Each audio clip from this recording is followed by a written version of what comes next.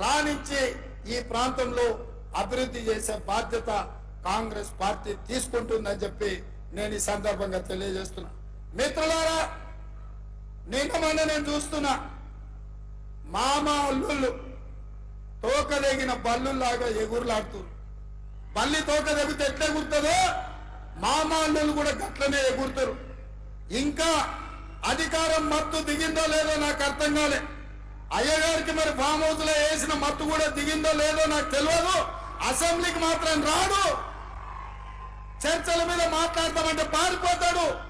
ఎవరినో ఒకరిని అడ్డం పెట్టుకొని అసెంబ్లీకి రాకుండా తప్పించుకున్నాడు. అసెంబ్లీ రాని దత్తమ్మలు, బడికి రాని బడి దొంగలు లాంటి వాళ్ళు. అంతేనా? మరి అట్లాంటి బడి దొంగలు నిన్న టీవీ 9లో పోయి కూర్చొని 4 గంటలు కూర్చున్నాడు. సిగ్గున్నది అని అడుగుతున్నా. 10 ఏళ్ళు ముఖ్యమంత్రి చేసిన ప్రతిపక్ష నాయకుడు అసెంబ్లీకి రాకుండా, సమస్యల మీద మాట్లాడకుండా, ప్రభుత్వానికి సలహాలు ఇవ్వకుండా, గత ప్రభుత్వంలో జరిగిన దోపిడీని ప్రశ్నించి అంగిలాగు ఊడదీస్తామని అసెంబ్లీలో మా కళ్ళలకు చూసే ధైర్యం లేక పారిపోయి టీవీ 9లో కూర్చొని నిన్న ప్రగల్భాలు మాట్లాడుతున్నాడు. ఆయన మెదడును రంగరించి ఆయన రక్తాన్ని దారపోసి కాళేశ్వరం కట్టిండంట. దద్దమ్మ, నువ్వు అట్లా కట్టినవో లేవో ఇట్లా కూలిపోయింది. ఇంతకంటే ప్రపంచంలో దివాళగాడు ఎవడని ఉంటాడా అని నేను అడుగుతున్నా. కాళేశ్వరం డిజైన్ వేసినప్పుడు తీసినవా, దిగినప్పుడు దించినవా అని నేను అడుగుతున్నా. రాపోదాం. ఇప్పుడు కూడా మా శ్రీధర్ బాబు గారి నియోజకవర్గమే మంతన్నిలోనే కాళేశ్వరం ఉంది. చిన్న కాళేశ్వరం, కాళేశ్వరం కలిసిపోదాం.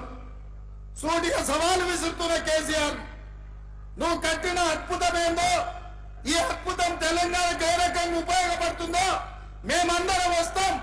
ఆమె కూర్చుందాం, నిపుణులను పిలిపిద్దాం, మేధావులను పిలిపిద్దాం, తెలంగాణ సమాజాన్ని ఆహ్వానిద్దాం. అన్ని ప్రభుత్వం ఏర్పాటు చేస్తుంది. నీకు దమ్ము, ధైర్యం, నీతి, నిజాయితీ, చిత్తశుద్ధి ఉంటే రా కాళేశ్వరం పోదాం.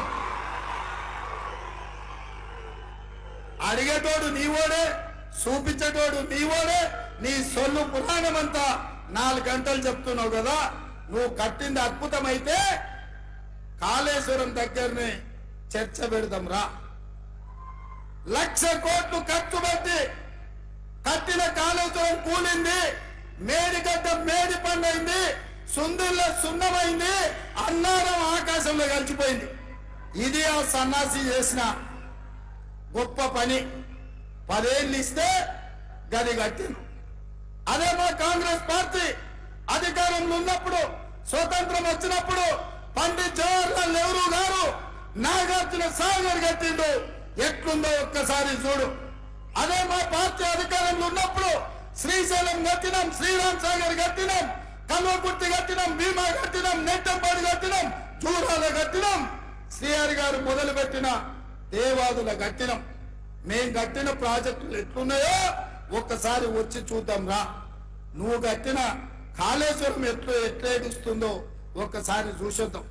అందుకే ఈరోజు ఇక సన్నాసి గురించి ఎంత చెప్పినా సచిన పామే. సచిన పావును ఏం కొడతామయా? ఇవాళ టీఆర్ఎస్కే నన్ను డిపాజిట్ వచ్చే పరిస్థితి ఉందా? కాబట్టి ఇవాళ టీఆర్ఎస్ కాదు, ఏనుగులం తినేటోడు పోయిందంటే పీనుగులం తినేటోడు వచ్చింది అన్నట్టుగా మోడీ తయారైండు.